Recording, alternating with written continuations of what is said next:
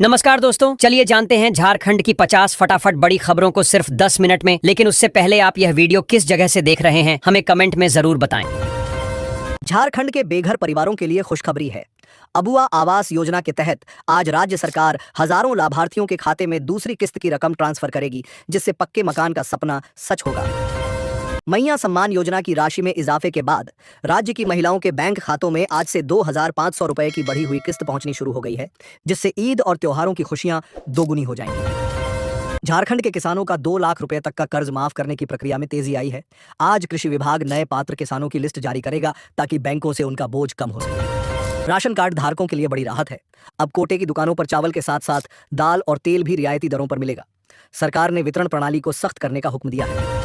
200 unit मुफ्त बिजली योजना का दायरा बढ़ाते हुए बिजली विभाग ने पुराने बकाया बिलों पर पेनाल्टी माफ करने का ऐलान किया है, जिससे मध्यम वर्ग के परिवारों की जेब को बड़ी राहत मिली। सावित्रीबाई फुले किशोरी समृद्धि योजना के तहत छात्राओं को मिलने वाली स्कॉलरशिप की राशि सीधे डीबीटी के जरिए आज भेजी जा रही है, ताकि बच्चियों की पढ़ाई में कोई अड़चन न आए। सर्वजन पेंशन योजना के तहत अब 50 साल से ऊपर की सभी महिलाओं और एससी एसटी पुरुषों को हर महीने की पेंशन मिलनी शुरू हो गई है। आज कई जिलों में विशेष कैंप लगाकर कार्ड बनाए जा रहे हैं। गुरुजी क्रेडिट कार्ड योजना के जरिए उच्च शिक्षा के लिए 15 लाख रुपए तक का लोन बिना किसी गारंटी के मिलना शुरू हो गया है।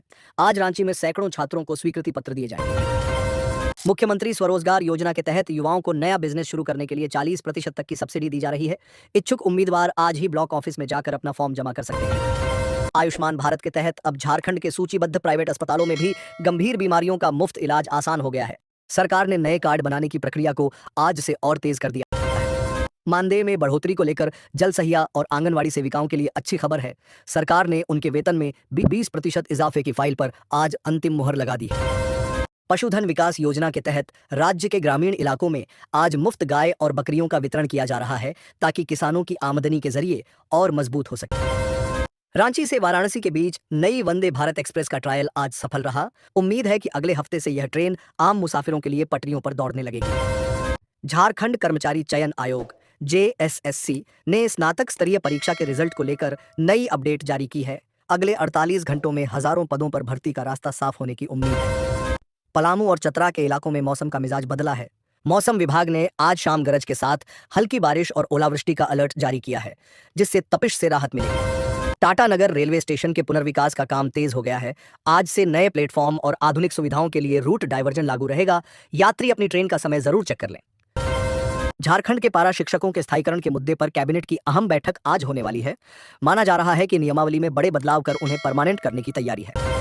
राजधानी रांची की सड़कों को जाम मुक्त बनाने के लिए कांटाटोली फ्लाईओवर का एक और हिस्सा आज से आम जनता के लिए खोल दिया गया है, जिससे सफर में 20 मिनट की बचत होगी। धनबाद और बोकारो के कोयलांचल क्षेत्रों में प्रदूषण कम करने के लिए इलेक्ट्रिक बसों का संचालन आज से शुरू हो रहा है। अब मुसाफिर बेहद कम किराए में सफर का लुत्फ उठा सकेंगे। झारखंड के सरकारी स्कूलों में मिड डे मील के मेनू में अब हफ्ते में 3 दिन अंडे और फल शामिल किए जाएंगे। शिक्षा विभाग ने आज इस बाबत सभी स्कूलों को सख्त हिदायत जारी की है। देवघर एयरपोर्ट से दिल्ली और बेंगलुरु के लिए उड़ानों की संख्या बढ़ाने का फैसला लिया गया है। नागरिक उड्डयन मंत्रालय आज नई उड़ानों के शेड्यूल पर अपनी अंतिम मुहर लगा सकता है।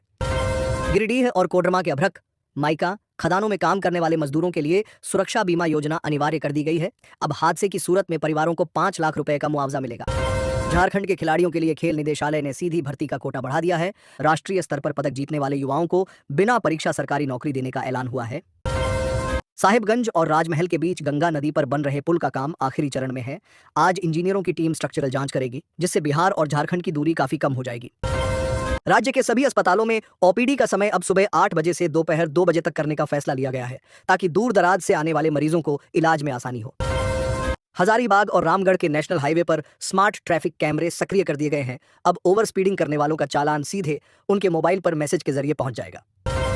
दुमका के बासुकीनाथ मंदिर में आने वाले श्रद्धालुओं के लिए नई सुविधाओं का उद्घाटन आज होगा।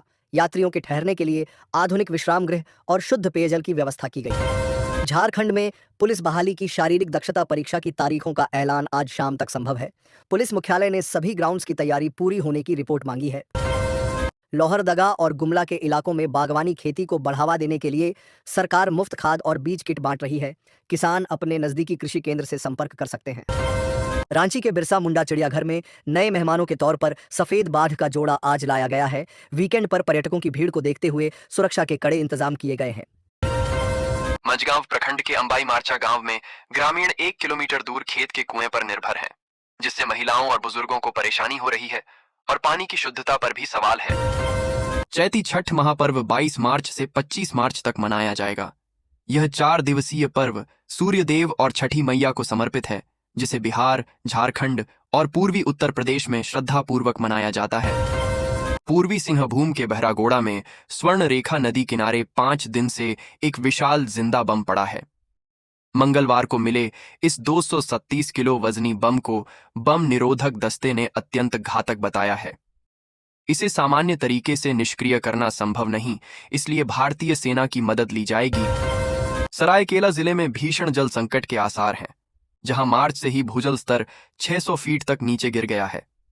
लगभग 85 गांवों में 350-400 फीट और 10 गांवों में 600-700 फीट नीचे पानी चला गया है। रांची और पूरे झारखंड में चांद के दीदार के बाद ईद उल फितर का उत्साह है। 21 मार्च को ईद मनाने की घोषणा हुई है। बाजारों में खरीदारी तेज हो गई है और घरों में पकवान बन रहे हैं। मस्जिदों में नमाज की तैयारी पूरी है। ईद और सरहुल के मद्देनजर रांची में शनिवार को भारी वाहनों के प्रवेश पर प्रतिबंध रहेगा। पुलिस ने कई मार्गों को बंद कर दिया है और छोटे वाहनों के लिए वैकल्पिक रास्ते बताए हैं। रांची में प्रकृति पर्व सरहुल 2026 केकड़ा पकड़ाई और जल रखाई रस्मों के साथ शुरू हो गया है। राजधानी भक्ति के रंगों में सजी है, जहां शनिवार को भव्य शोभा यात्रा निकलेगी।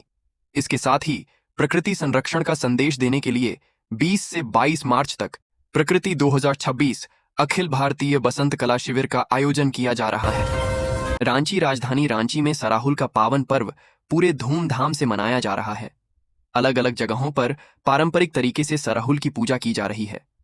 आज दोपहर बाद रांची में सराहुल की भव्य शोभा यात्रा निकाली जाएगी, जिसे देखते हुए पूरे रांची में पुलिस बल तैनात किए गए हैं। यह व्यवस्था देर रात शोभा यात्रा के लौटने तक रहेगी। रांची झारखंड में चिकित्सा शिक्षा को एकीकृत और सुदृढ़ बनाने की दिशा में राज्य सरकार ने बद्धा कदम उठाया है। हेमंत सोरेन के नेतृत्व में चल रही महागठबंधन की सरकार ने झारखंड स्वास्थ्य विज्ञान विश्वविद्यालय रांची को क्रियाशील बनाने की प्रक्रिया तेज करते हुए डॉ. सुधीर कुमार गुप्ता को इसका पहला कुलपति नियुक्त किया है। पलामू जिले में अफीम की अवैध खेती के खिलाफ पुलिस की सतत कार्रवाई जारी है। 2025-26 में अब तक 368 एकड़ से अधिक क्षेत्र में लगी अफीम की फसल को नष्ट किया जा चुका है। पिछले वर्ष 2024-25 में विभिन्न इलाकों में कुल 650 एकड़ अफीम की खेती को पुलिस ने नष्ट किया था। हजारीबाग कभी सुबह की शुरुआत एक चिड़िया की चहचहाट और आवाज से होती थी। हर ओर वह पक्षी दिख जाया करती थी, लेकिन अब यह विलुप्त होने की कगार पर है। यह चिड़िया कोई और नहीं बल्कि गौरैया है, जो कभी हर घर का हिस्सा हुआ करती थी।